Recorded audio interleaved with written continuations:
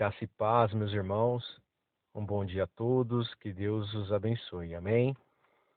Sou o professor Ricardo e estarei com os irmãos nos próximos dias na leitura e exposição deste livro maravilhoso que é o livro de Hebreus e que tenho certeza que Deus falará grandemente aos nossos corações.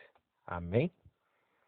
Na carta aos Hebreus, amados irmãos, o autor ele é preciso ao mostrar a superioridade do governo de Jesus sobre todas as coisas, quer seja na terra ou também no céu.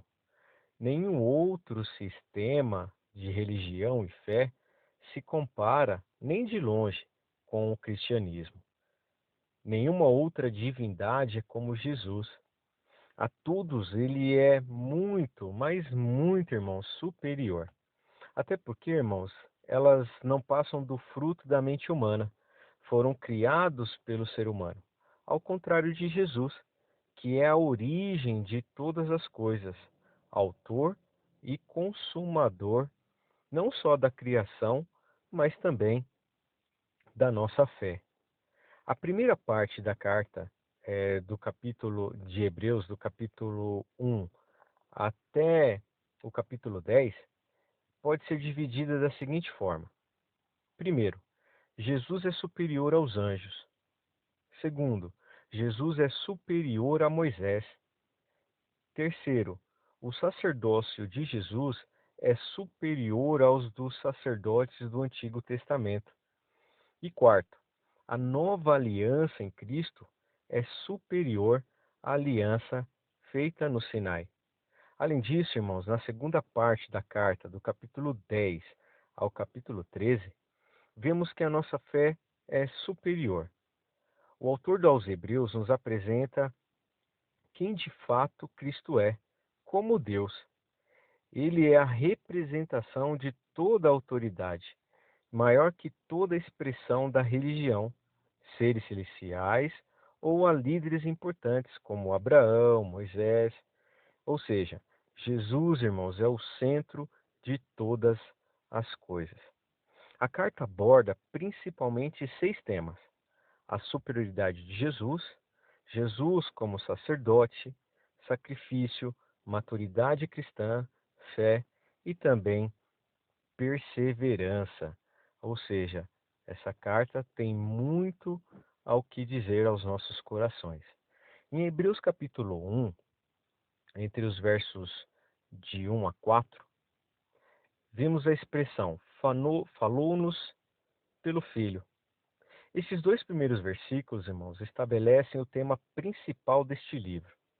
No passado, o instrumento principal de Deus para a sua revelação foram os profetas, mas agora ele tem falado ou se revelado pelo seu Filho Jesus, que é supremo sobre todas as coisas. A palavra de Deus, falada mediante seu Filho, irmãos, é final. Ela cumpre e transcende tudo o que foi anteriormente falado da parte de Deus. Absolutamente nada, nem os profetas, nem os anjos, têm maior autoridade do que Cristo. Ele é o único caminho para a salvação eterna e o único mediador entre Deus e o homem. E o escritor de Hebreus confirma a supremacia de Cristo ao de grandes, enumerar dele 7 grandes revelações, como vimos nos versos 2 e 3. Depois de Cristo ter efetuado o perdão dos nossos pecados mediante a sua morte na cruz, assumiu o seu lugar de autoridade à direita de Deus. A atividade redentora de Cristo no céu, irmãos, envolve seu ministério de mediador divino, de sumo sacerdote, de intercessor e de batizador no Espírito. Nos versos 4, mais excelente que os anjos, mostra que Jesus é superior aos anjos pela mesma razão porque ele é superior aos profetas. Ele é o Filho de Deus.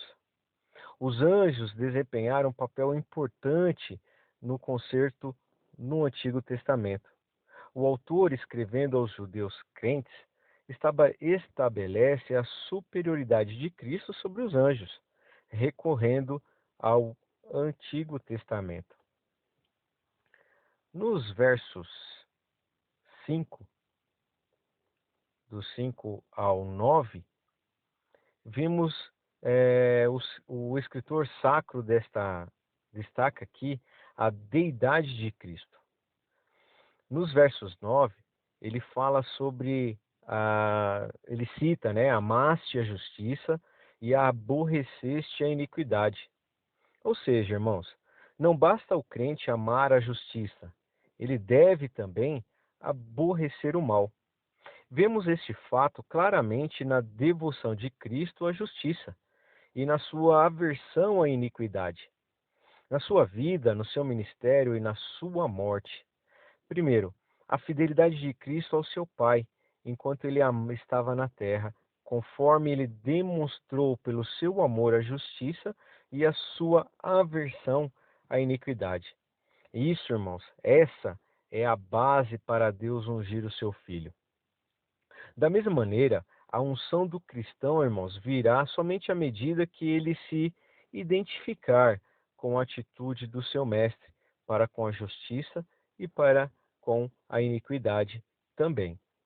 Em segundo ponto, o amor do cristão à justiça e seu ódio ao mal crescerá por dois meios.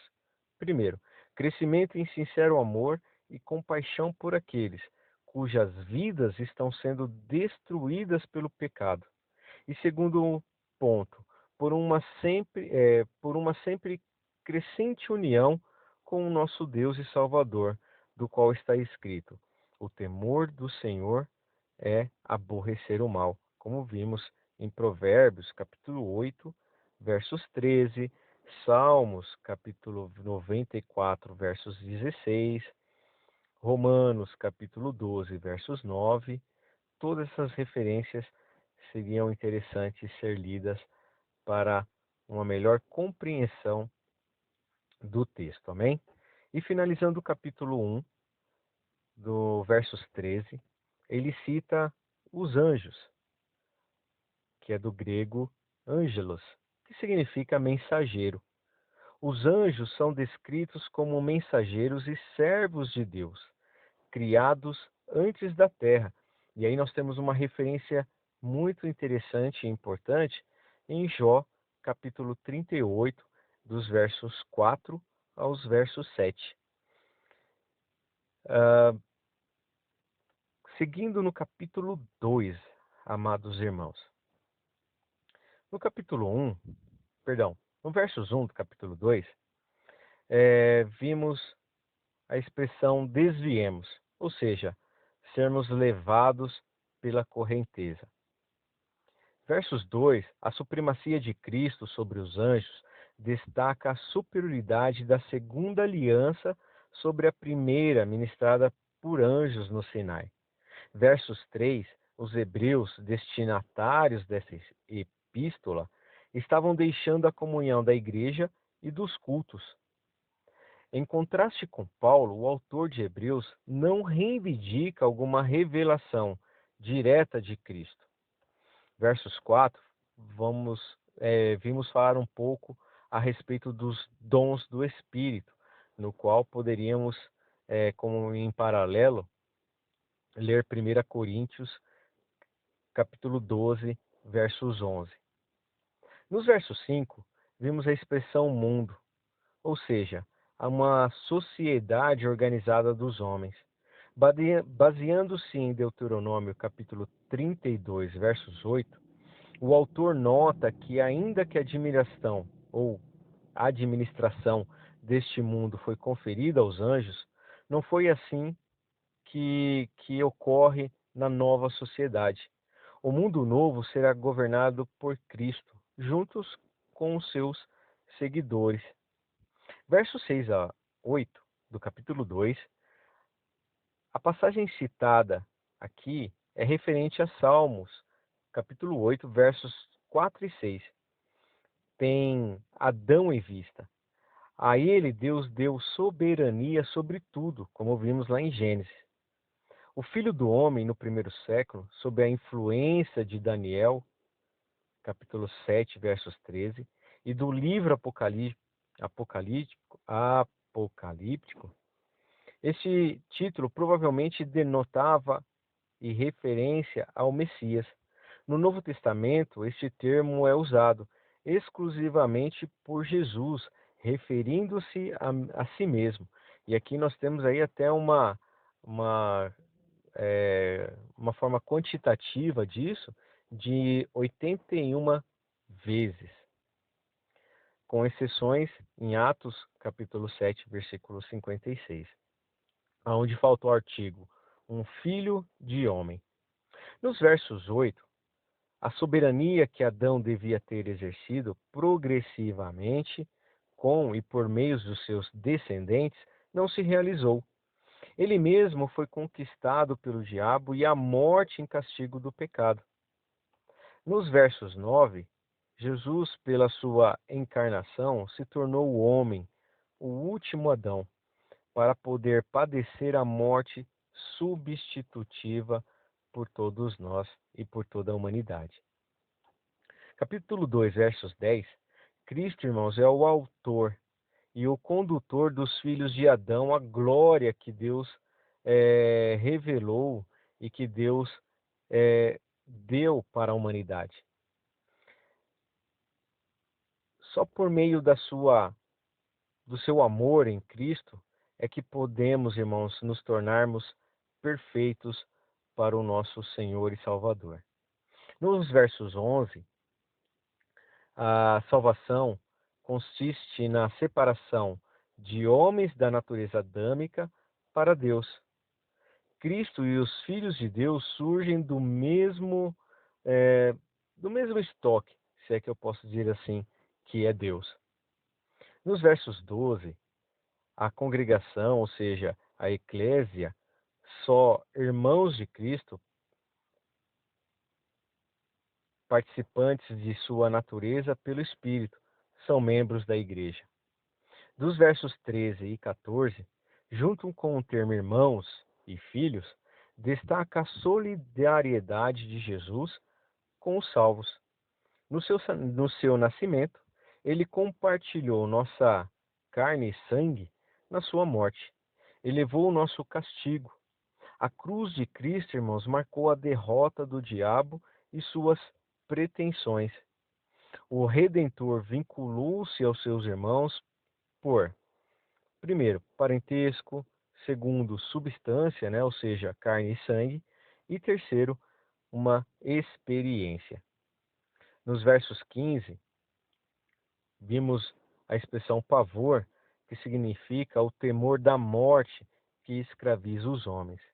Nos versos 16 e 17, e finalizando o capítulo 12, vimos que aos anjos caídos, ou seja, os demônios, não é concedida a graça salvadora de Deus. Não foram enganados como Adão. A descendência de Abraão são todos os que se entregam a Deus pela fé. E aí temos ah, uma, uma indicação importante, uma referência importante em Gálatas capítulo 3, verso 7. E finalizando o capítulo 2, no versos 17, a propiciação significa cobrir, apagar. Trata-se de pecados absolvidos e comunhão restaurada com o nosso Deus. Amém? Nos versos, capítulo 3 de Hebreus, dos versos 1 a 4, essa é a segunda exortação na epístola de Hebreus. Irmãos santos a interliga ao conceito de santificação em Hebreus. Ou seja, temos ali os participantes, que é a mesma palavra grega traduzida por companheiros em Hebreus, versos 1 e 9. A vocação celestial desses companheiros a herdar a salvação e a glória futura em Cristo O autor de Hebreus convida os cristãos judeus a considerar a fidelidade de Jesus. Apóstolo significa aquele que é enviado. Essa é a única passagem no Novo Testamento que designa Jesus como apóstolo. O título indica que Jesus foi enviado por Deus para revelar o Pai. A frase em toda a sua casa é retirada de Números, capítulo 12, onde a casa se refere à casa de Deus, ao tabernáculo, ou seja, irmãos, o centro da adoração israelita. Moisés havia obedecido fielmente às instruções de Deus em relação ao tabernáculo. Da mesma forma, Jesus obedeceu em tudo à missão que o Pai lhe dera. Como resultado de sua obediência, Deus pôde estabelecer a sua nova casa, a igreja. Versos 3 e 4. Mas o que edificou todas essas coisas é Deus. O autor aqui, irmãos, iguala Jesus a Deus. Deste modo, ele certamente é tido por digno de tanto maior glória do que Moisés. Conclui-se, irmãos, que o concerto estabelecido mediante a morte de Jesus é mais glorioso do que o estabelecido no Monte Sinai. Nos versos 5, o autor de Hebreus continua a comparação entre Moisés e Jesus. Enquanto Moisés foi fiel como servo, a fidelidade de Cristo foi maior porque era exercida pelo Filho. Ou seja, as coisas que se haviam de anunciar indicam que o trabalho de Moisés apontava para Cristo. Os preceitos da lei de Moisés chamam a atenção tanto para o pecado humano quanto para a necessidade de um sacrifício perfeito, a fim de reconciliar o povo com o seu santo Criador. Olha que bênção, irmãos. Nos versos 6, como filho sobre a sua própria casa, o filho se assentará no trono no reino vindouro. No momento, irmãos, reina sobre a igreja. Reinará sobre toda a criação quando seus oponentes forem completamente derrotados. Sua habitação consiste em todos os que nele creem. Conservamos firme a confiança até o fim, até que perseverarem até o fim, colocando sua esperança firmemente no Filho, viverão com ele na eternidade, para a glória de Deus. Amém? Dos versos 7 ao 11 do capítulo 3, o autor de Hebreus cita Salmo 95, dos versos 7 a 11, para alertar os cristãos judeus de não endurecerem o coração para com Deus e a salvação que ele oferece. A geração de Moisés, irmãos, se recusou a crer que Deus supriria suas necessidades no deserto. E com isso, para que permanecessem firmes até o final, não poderiam endurecer o coração para com Deus. Pelo contrário, teriam de renovar sua fé na palavra de Deus, depositá-la em Cristo e obedecer a Ele. Amém? Versos 12. O autor fala claramente a legítimos cristãos. Dirige-se a eles como irmãos. Compara como irmãos santos no versículo 1, que é o tratamento padrão em todo o livro. Não existe a menor sugestão, em parte alguma da epístola, de que se tratasse apenas de cristãos nominais e não genuínos, como tem sido por vezes suposto. Um coração mau e infiel refere-se a um sério problema espiritual. Um coração descrente é mau porque a incredulidade é má também. Dos versos 13 a 14, exortamos uns aos outros para permanecermos na fé, e isso é muito importante. Os cristãos, irmãos, devem permanecer firmes na fé até o fim de sua vida para que sejam participantes de Cristo.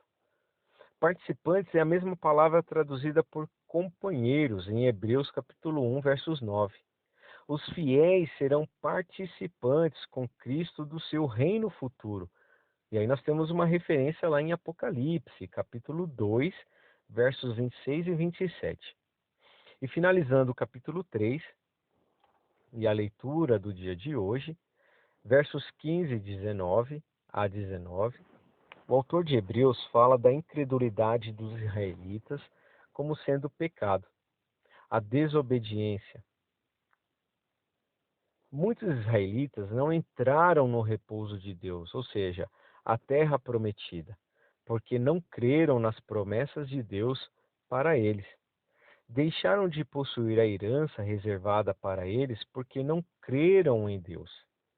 E finalizando o capítulo 3, os cristãos a quem esta carta foi endereçada estavam provavelmente, irmãos, em perigo de seguir os passos dos israelitas. Estavam tentados, certamente, a duvidar da palavra de Jesus, ao apresentar questões retóricas nesses versículos. O autor da carta os encoraja a depositar firmemente toda a sua fé em Cristo. Amém? E com isso, irmão, nós finalizamos a leitura e exposição do dia de hoje.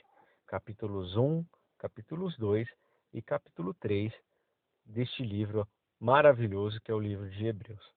Amém? Que Deus os abençoe, uma grande e abençoada leitura e que Deus nos guarde até o dia de amanhã. Um forte abraço e fique com Deus, meus irmãos.